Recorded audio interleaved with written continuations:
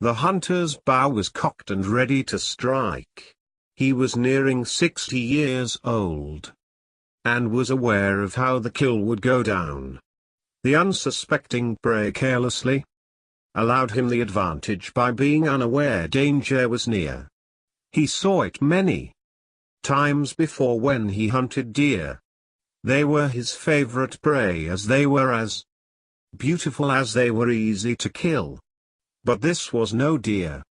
This was a girl of 17. She was raised in a castle with servants. If her parents were alive, she would not be in this danger. He pulled on the arrow. The target was within his grasp. Sweat poured out of his skin. He knew he must strike soon.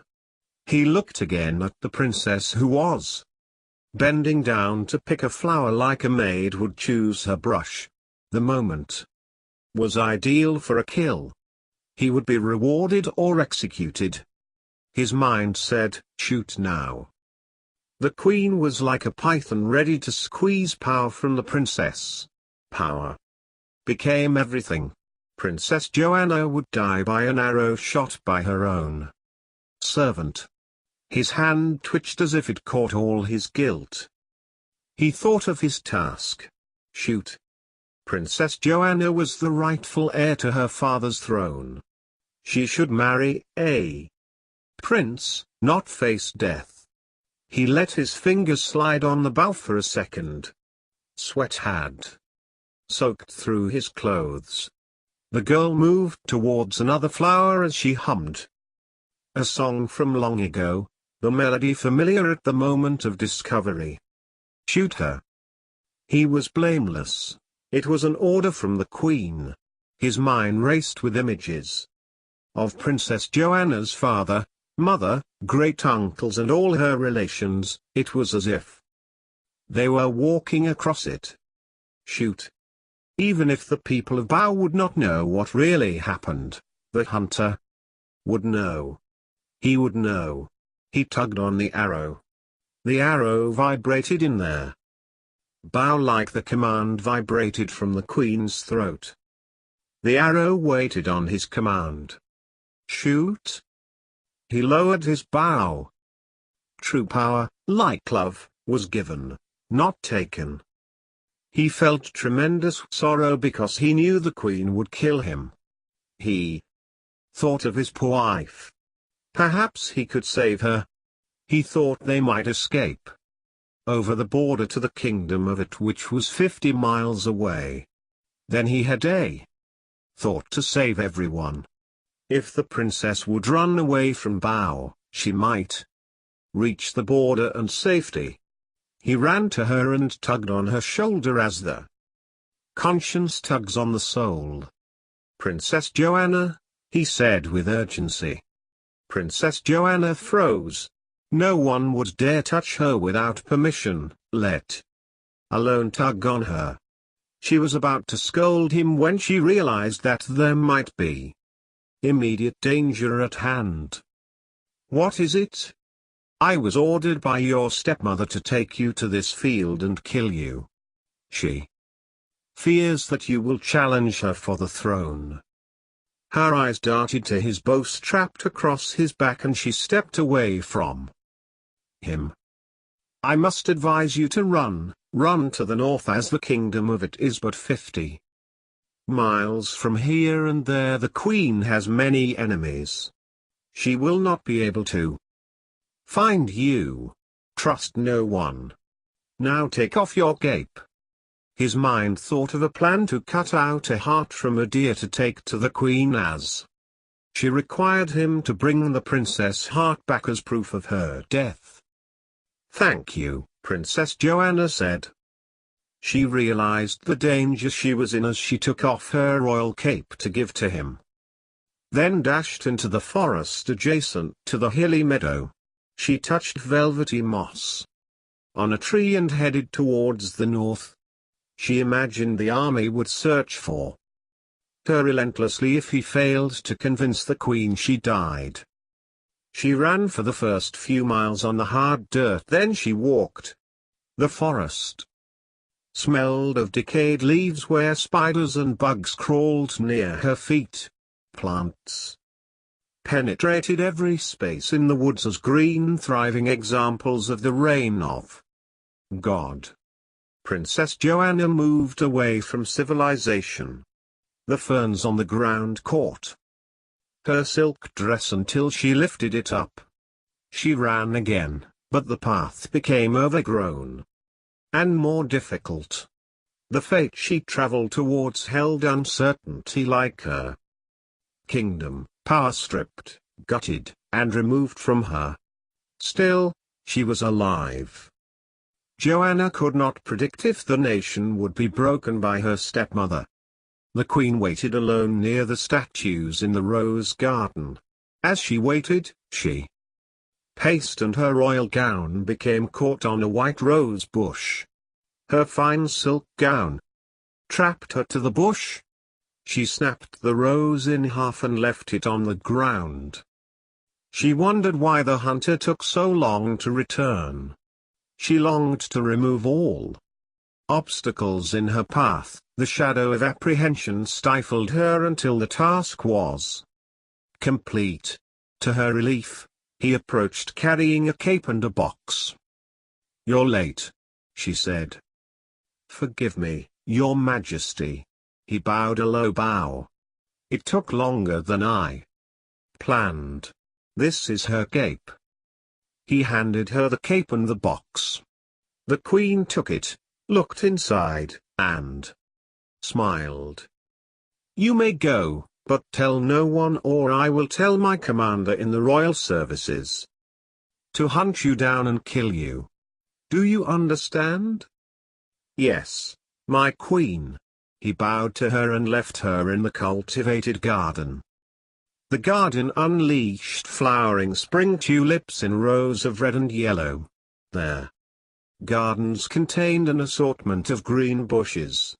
A hawk landed on a round lilac bush which caused a rabbit to dart out from underneath and run into the thicker bushes on the other side of the garden.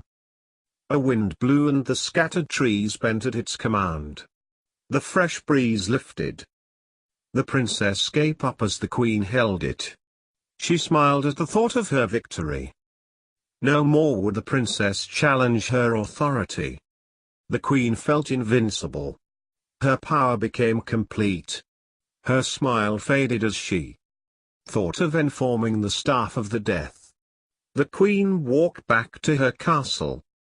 And the trees' shadows cast dark spots against the grass. She reached the bronze castle door and she passed two guards who bowed to their queen. "I need to see General Stuart," the queen said.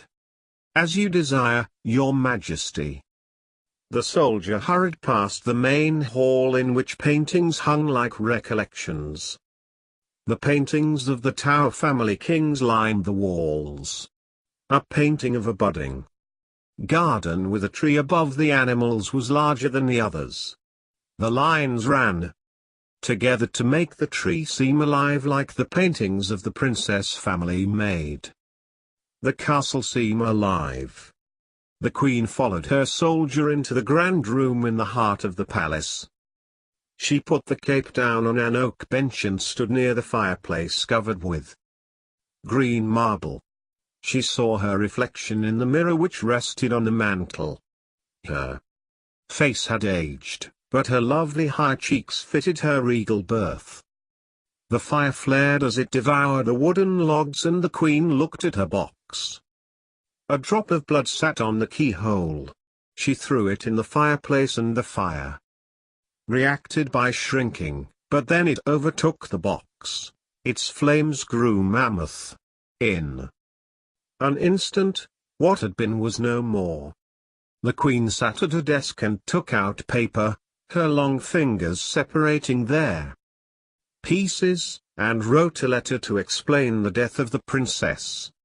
General Stuart wondered why the queen would summon him, but his duty was to advise then follow her command. The hallway, thin and tall like a forest canopy of pines, echoed his steps and the muffled sounds of doors closing in other parts of the castle seemed to indicate excitement. He approached her and bowed to his queen. The queen glanced at her general.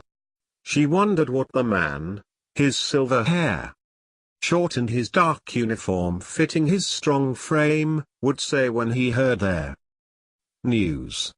He was fond of the princess, the queen acknowledged, but she knew he would follow her command as she understood the workings of her military. "Your Royal Highness, you wanted to see me," Stuart stated. "Yes." The queen stopped writing and stood up. The general did not allow himself to be swept away by the willowy woman, whose vibrant voice compelled others to action. He refused to make the same mistakes of other commanders, as he was the superior commander responsible for the well-being of the kingdom, and his judgment must reflect the truth. She said, "I have been informed by my hunter that the princess was attacked by wolves and she died." "No." His posture slumped at the news.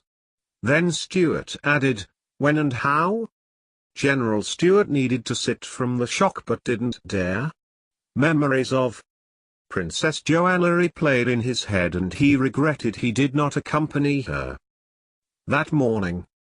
It happened when the hunter took her out for a morning exercise. She traveled into the woods near the meadow. By the time he reached her, some wild animals had killed her. "There is her cape." She pointed to the bench. Stuart felt the heat of the fire, which was almost unbearable, as a bead of sweat rolled down his neck. Where did he place the body? Stuart saw the princess cape, but he wanted more proof. The queen turned away from him as she spoke. The attack left little remains of the princess and he buried her before the birds of prey devoured her corpse. "May I send out a search party to confirm his account?"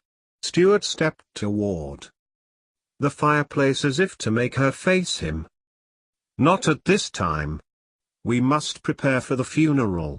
We will need to inform their other royals." The queen faced him as if she complied with his thoughts. "We must tell her subjects quickly," he said. Stuart tried to understand what happened. He disliked the queen and his shock gave way to suspicion. Still, he swore an oath to her. It was the same oath he took when her husband was alive. "We will wait to inform them.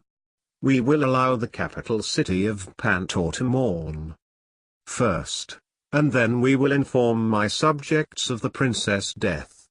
We must keep order. There will be no uprisings or distant kings coming to rule our kingdom." The queen studied General Stuart. "As you order." Stuart bowed. "You are dismissed," the queen said. The queen took the cape to the planning room and informed the minister of their kingdom of the terrible news. Then she asked to be left alone to grieve. The official left her and the queen looked out the large window and rejoiced. She planted her hand on the glass with her fingers spread open. The castle window overlooked the town of Pantor and its majestic cobbled streets. Beyond the gate, many people began their mourning, unaware that the heir to the throne was not in their castle. The queen would silence any who opposed her and reward those who supported her. She planned to make Pantor the most envied city in all the kingdoms. She would restore beauty to the city neglected by her late husband's lenient ways towards the common people. She pictured in the city square a marble statue of for herself, and generations of children would pay homage to it.